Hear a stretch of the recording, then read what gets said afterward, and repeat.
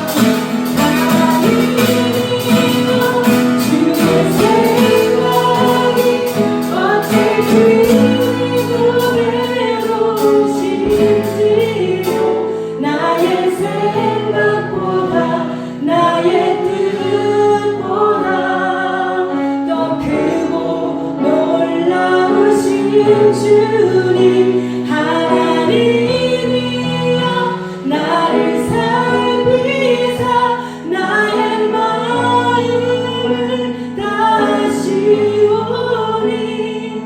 나를 영원한 길로 인도하소서. 나를 영원한 길로 나를 영원한 길로 인도하소서.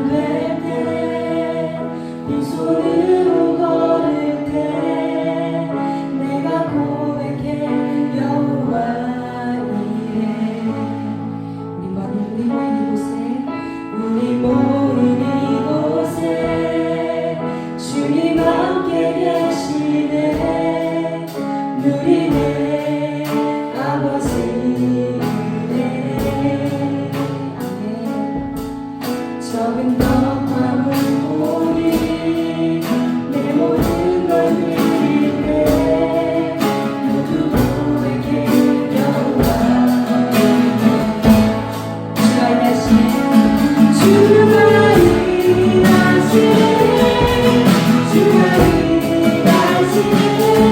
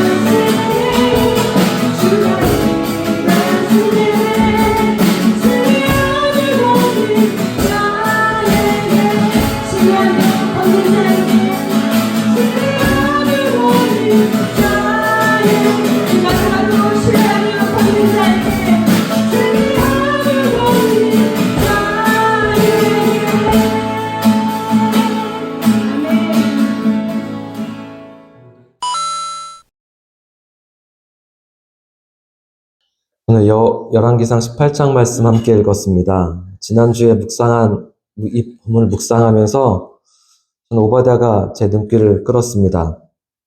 지난주에 우리가 묵상한 성경 말씀이 유명한 말씀들이 참 많았습니다. 엘리야가 그리시네가에 머물 때 까마귀들이 엘리야를 먹인 사건이라든지 엘리야와 사르밧 과부의 함께 있었던 여러 가지 역사들, 그리고 갈멜산에서 엘리야가 이방 제사장들과 900대 1로 대결했던 그 놀라운 사건들, 저 놀라운 말씀들이었습니다. 이런 귀한 말씀들 가운데서도 오바댜는 감춰진 보배 같았습니다. 어떻게 보면 참 독특하고 재미있는 의외의 인물입니다. 그래서 오늘 설교의 제목을 이상한 오바댜라고 했습니다. 아하방의 시대였습니다. 아하방은 북이스라엘의 가장 패악한 왕이었습니다. 이때는 역사적으로 보면 가장 암울한 시대였습니다. 남왕국과 북왕국을 다 통틀어서 이때처럼 우상숭배가 심하고 이때처럼 어두운 시기가 없었을 겁니다. 아합과 그의 아내 이세벨은 선지자들을 죽이고 또 우상을 숭배했던 그런 사람들입니다. 백성은 돌보지 않았던 그런 왕이었습니다. 이스라엘 역사에서 이처럼 암울한 시기가 없었는데 그러나 하나님의 역사도 멈추진 않았습니다. 하나님의 엘리야라고 하는 하나님의 종을 통하여서 당신의 백성을 위로하고 격려하고 또 어루만지며 어려운 때를 견디게 하셨습니다.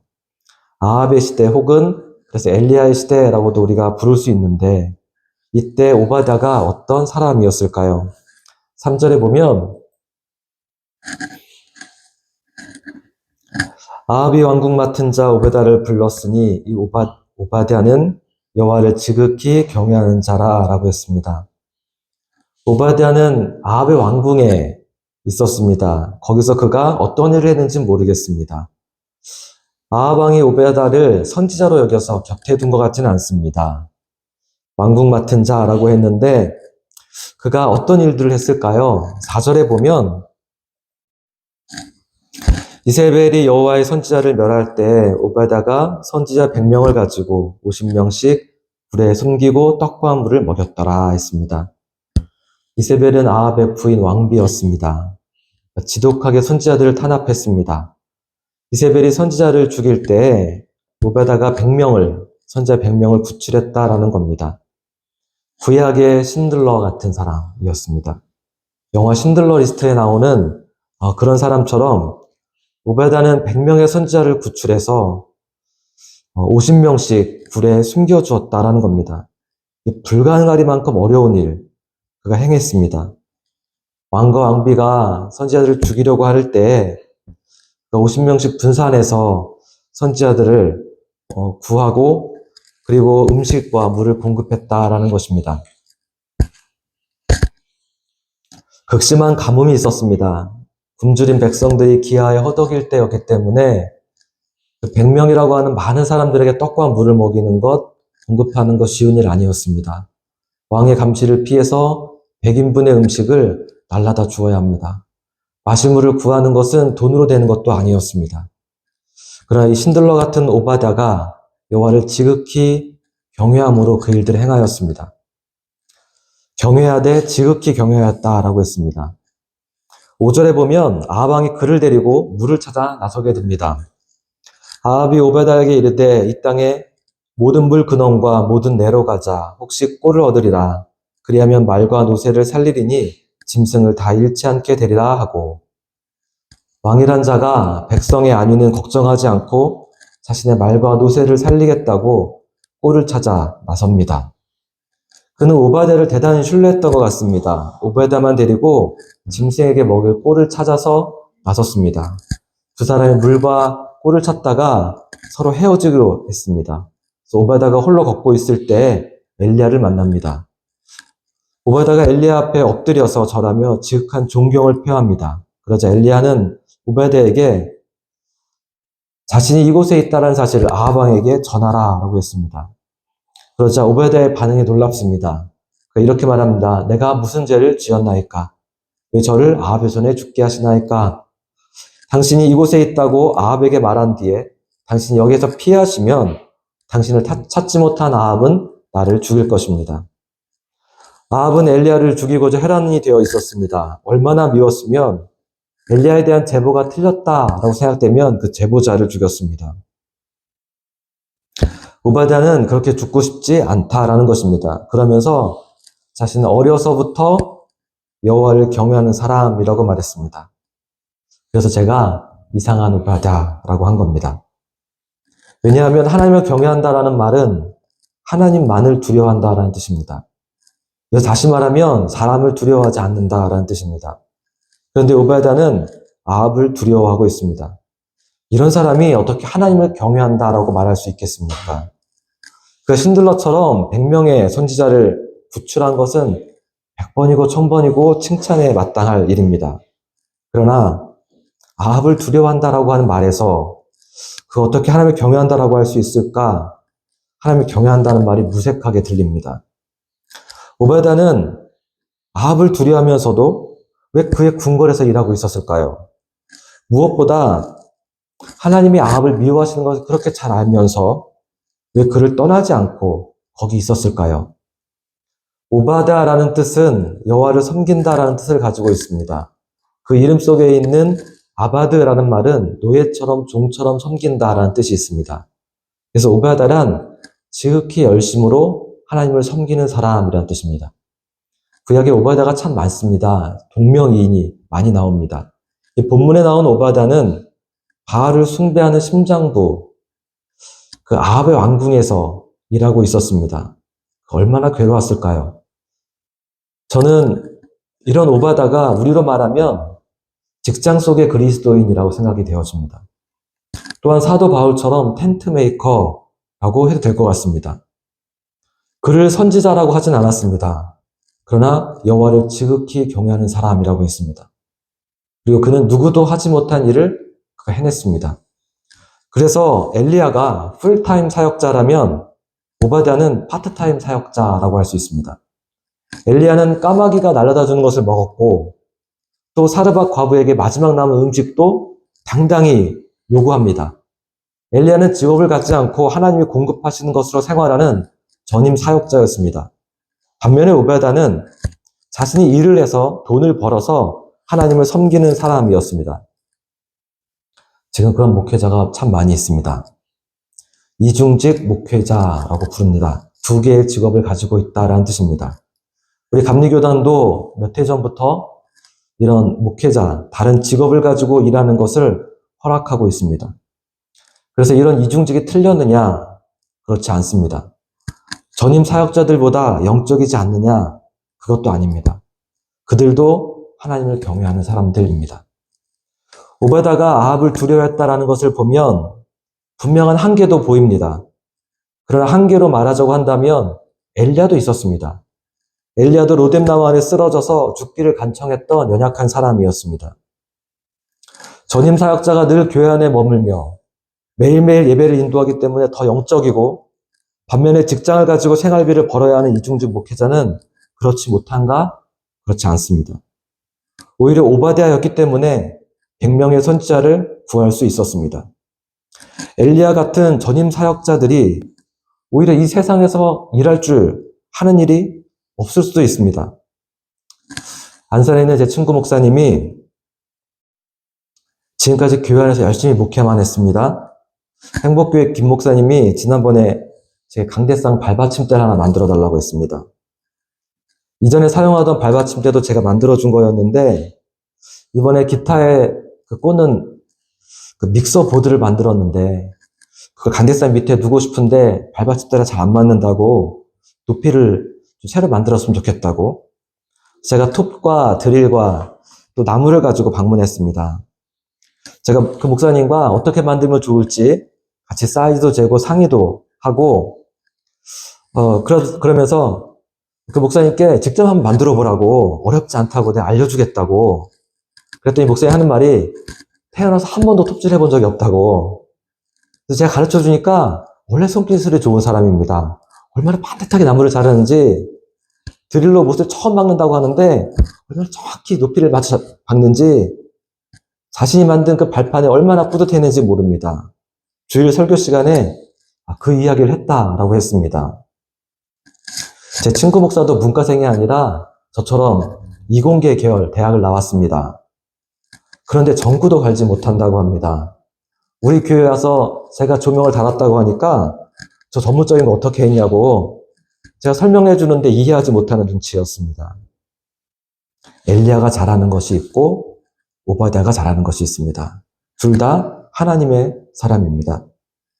안산의 행복교회는 4층짜리 건물이 있습니다. 제법 큰 건물입니다. 1층과 2층은 다른 가게에 세를 주고 있습니다. 3, 4층을 교회 사용합니다. 건물도 있고 성도도 꽤 있습니다. 그런데 목사님이 얼마 전부터 어떤 사정이 생겼습니다. 그래서 일을 하기 시작했습니다. 전구도 갈지 못하고 톱질도 해보지 못한 양반이 어디 가서 무슨 일을 할까요? 요즘 쿠팡 물류센터에 가서 월요일과 화요일에 일을 한다고 합니다. 매주 이틀 동안 일을 하는 겁니다. 그 일을 하기 전에 목사님은 조금 우울하고 무기력한 것처럼 보였습니다. 저한테 왜 이렇게 자꾸 전화를 하는지 만나도 밥 먹자고 말하고 그래서 만나보면 자기가 예전 같지 않다고 조금 다운돼 있는 것 같다고 그런 이야기를 저한테 몇 번 했었습니다. 그런데 일을 하더니 사람이 완전히 달라졌습니다. 제게 전화를 하지 않습니다. 그럴 시간이 없는 거죠. 일주일에 2번이나 물류센터 가서 일을 하면서 몸이 녹초가 될 만큼 무척 힘들지만 굉장한 보람이 있다고 제게도 쿠팡에서 일해보라고 너무 많이 권해서 야, 너 쿠팡 전도사냐? 제가 그렇게 말을 했습니다. 쿠팡에서 일하는 목사님들이 많다라고 그 목사님이 이야기합니다. 목사님들이 기술도 없고 자격증도 없어서 할 수 있는 일이 별로 없습니다. 아마 목사님들이 일하면서 여러 가지 생각이 들 겁니다. 내가 성경을 더 보고 더 기도해야지. 이렇게 일하는 것이 맞나? 그런 생각 들 겁니다. 그래서 일하면서 더 많이 기도하려고 애쓸 겁니다. 노동은 기도고 기도는 노동이다. 이 말을 목사님들이 실천하고 있는 것입니다. 물론 이중직 목회자들은 늘 에너지가 부족할 수밖에 없는 것도 사실입니다. 그렇다고 오로지 목회만 하는 목사님들은 늘 기도만 하고 있는가? 늘 은혜 가운데 살고 있는가? 그렇지도 않은 것 같습니다. 오바댜는 아합의 왕궁에서 일하면서 양심에 부대낀 일들이 많았을 겁니다. 그러나 그곳이 하나님이 부르신 곳이었습니다. 그곳에서 일하는 것도 거룩한 사역이었습니다. 하나님이 보실 때 엘리야도 오베다도 똑같은 하나님의 사람이었습니다. 그들 모두가 지극히 여호와를 경외하는 사람들이었습니다. 제가 어제 운전하면서 교회에 오다가 이른 아침에 비가 온 뒤에 그 맑게 개는 하늘이 너무 아름다운 겁니다. 파란 하늘이, 그리고 쌀쌀하면서도 그 맑은 공기가 너무 좋았습니다. 아침 햇살에 반짝이는 그 나뭇잎들이 단풍이 싹 물들어가고 있고, 며칠 더 있으면 진짜 더 아름답겠다, 그런 생각 들었습니다. 마침 차 안에 라디오에서 양희은의 가을 아침이란 노래가 흘러나왔습니다. 그 노래 가사가 얼마나 좋은지, 정말 가을 아침에 정말 어울리는 노래구나. 그 노래를 듣고 나서 기분이 더 좋아졌습니다. 가을의 정취를 느끼면서 교회 오는 길에 차 안에서 제 입술에서 기도가 나왔습니다. 찬양을 들은 거 아닌데 가요를 듣고도 제 입술에서 기도가 나왔습니다. 하나님, 제가 예배 준비하러 갑니다. 성령으로 충만하게 하여 주옵소서. 성령으로 기름 부어 주옵소서. 제가 참 좋아하는 기도입니다. 제가 종종 이렇게 기도합니다. 하나님, 성령으로 다스려 주옵소서. 기름 부은 삶 살게 해 주옵소서. 이렇게 늘 기도합니다. 제가 이 기도할 때 엘리야를 꿈꾸고 있었는지 모릅니다. 성령의 기름 부으심이란 이런 거다 라고 생각하는 모습이 엘리야의 모습과 비슷했습니다.